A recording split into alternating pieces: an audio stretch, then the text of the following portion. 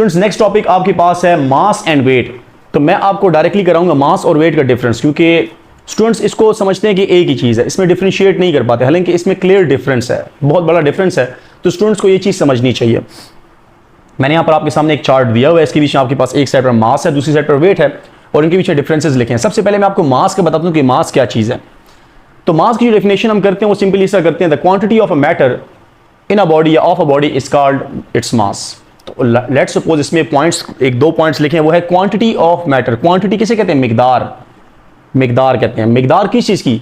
Matter की। अब matter आपके पास कितने टाइप का है? चार, हम सिंपली चलो ले लेते हैं, 3 टाइप का मैटर ले लेते हैं, solid, liquid and gas. Plasma को फिलहाल स्किप करते हैं। सपोज आपके पास अगर एक ऑब्जेक्ट है, उस ऑब्जेक्ट का लाज़मी बात है कुछ पार्टिकल से मिलके बना है। अब वो पार्टिकल आपके पास मैटर ही है, मैटर आपके पास सॉलिड, लिक्विड, गैस कुछ भी हो सकता है। अगर उसकी क्वांटिटी में ले लूँ, उसके मैटर की मिकदार में ले लूँ, तो उसको मैं क्या बोलता हूँ? उसका मास बोलता हूँ। क्लियर हो गया? पहला पॉइंट तो आपको ये समझना चाहिए। अब कर लेते हैं स्टूडेंट्स, वेट को डिफाइन कर लेते हैं। वेट आपके पास एक पुलिंग फोर्स है। पुलिंग मतलब खींचने वाली फोर्स, और ये फोर्स किसके ऊपर लगती है? किसी भी ऑब्जेक्ट के ऊपर लगती है। और ये कौन लगाता है? अर्थ लगाता है। जब भी एक अर्थ किसी भी ऑब्जेक्ट को अपनी तरफ खींचती है, हम क्या बोलते हैं? इसको, इसका वेट बोलते हैं। जिस फोर्स से, वेट असल में क्या? एक फोर्स है। वेट एक फोर्स है, और ये वो फोर्स है जिस फोर्स से जमीन हर एक ऑब्जेक्ट को अपनी तरफ खींचती है, उसको हम क्या बोलते हैं? उसका वेट बोलते हैं। क्लियर? अब सेकंड पॉइंट देखें, मास को हम डिनोट करते हैं एम से, स्मॉल एम से, कैपिटल एम भी आप ले सकते हैं, जबकि वेट को हम डिनोट करते हैं डब्ल्यू से। नेक्स्ट आपके पास है मास की यूनिट, आपके पास सिस्टम इंटरनेशनल में क्या है? केजी। आप लोगों ने सिस्टम इंटरनेशनल पढ़ा है, बेस क्वांटिटीज पढ़ा है, उसमें बेस क्वांटिटीज में भी आपके पास मास था, और इसमें आपके पास यूनिट क्या था? केजी। जबकि वेट आपके पास का यूनिट क्या है? वेट आपके पास क्या? एक फोर्स है, और फोर्स का यूनिट क्या होता है? अभी थोड़ी देर पहले हमने पढ़ा था, वेट का यूनिट होता है, वेट असल में क्या है? फोर्स है, और फोर्स का यूनिट होता है न्यूटन।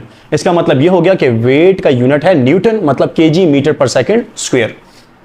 नेक्स्ट पॉइंट है, mass is a scalar quantity because it has no direction. Mass की कोई डायरेक्शन नहीं होती। मास के अगर आप पार्टिकल्स को देखेंगे तो इसके पार्टिकल्स रैंडम मूव कर रहे होते हैं, कोई एक डायरेक्शन नहीं है। तो आप बोलेंगे कि मास की कोई डायरेक्शन नहीं होती, मतलब ये स्केलर क्वांटिटी है। जबकि वेट की डायरेक्शन होती है। वेट की डायरेक्शन कैसे होती है? वेट फॉर एग्जाम्पल एक ऑब्जेक्ट है, उसके जितने भी पार्टिकल्स हैं उन सब की डायरेक्शन किधर होगी? टुवर्ड द सेंटर ऑफ अर्थ। तो आप इसमें ये ना लिखें डाउनवर्ड, बल्कि ये लिखें toward the centre of earth. Weight की डायरेक्शन होती है, और तमाम वेट जितने भी वेट हैं वो किस तरफ को मूव कर रहे होते हैं? अर्थ के सेंटर की तरफ उसकी डायरेक्शन होती है। क्लियर? नेक्स्ट आपके पास है मास इज कांस्टेंट क्वांटिटी। मास एक कांस्टेंट क्वांटिटी, मास कभी भी चेंज नहीं होगा। लेट्स सपोज ये मेरे पास एक मार्कर है, अगर इसका मास मैं यहां पर करता हूं जमीन के ऊपर, तो यहां पर इसका मास होगा लेट्स सपोज 5 kg। क्लियर है? मतलब इसके जो पार्टिकल्स हैं उनकी तादाद है 5 kg। अगर इसको मैं मास, इस वाले मार्कर को अगर मैं मून पर ले जाता हूं, तो मून पर जाके भी इसका मास कितना होगा? इतना ही होगा। क्या इसके पार्टिकल्स चेंज होंगे? नंबर ऑफ पार्टिकल्स इतनी रहेंगे, क्वांटिटी ऑफ मैटर सेम ही रहेगा, चेंज नहीं होगा। तो वहां पर भी इसका मास क्या रहेगा? कांस्टेंट रहेगा। वहां पर भी इसका मास कितना होगा? 5 kg ही होगा। क्लियर? तो मास इज अ कांस्टेंट क्वांटिटी। इसको मैं जहां पर भी ले जाऊं ये क्या रहेगा? सेम रहेगा। लेकिन वेट आपके पास क्या है? Not a constant quantity, it is variable quantity. Mass is a variable quantity. क्यों? क्योंकि मास डिपेंड करता है ग्रेविटी के ऊपर। जितना आप इसको ऊपर लेके जाएंगे उतना मास, उतना वेट आपका क्या होता जाएगा? कम होता जाएगा। मतलब weight is a variable quantity.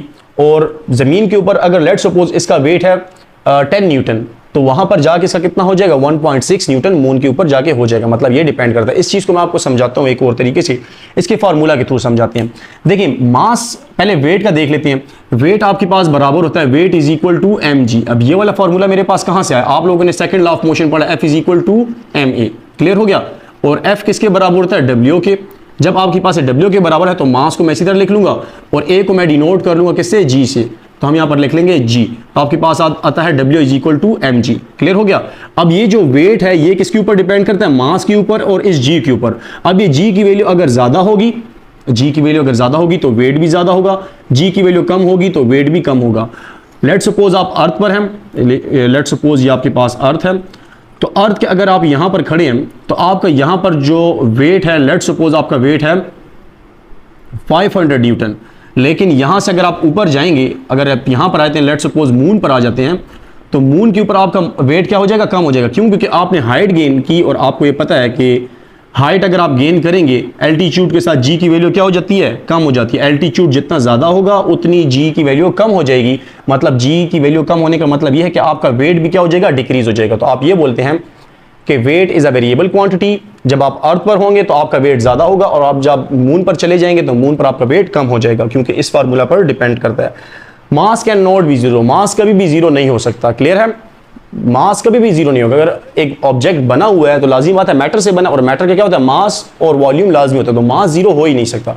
लेकिन वेट आपका जीरो हो सकता है। आप एक ऐसी हाइट गेन कर लें कि जहां पर जी हो ही ना, स्मॉल जी की वैल्यू हो ही ना। अगर जी ही नहीं है तो आपका, अगर मैं यहां पर पुट कर लेता हूं W is equal to M G, let suppose मैं ऐसी जगह पर चला जाता हूं जहां पर जी की वैल्यू क्या है, जीरो है, तो आप नोट करें एम को जीरो से मल्टीप्लाई करें तो वेट भी आपके पास क्या आ जाएगा, जीरो न्यूटन आ जाएगा, मतलब जीरो हो सकता है।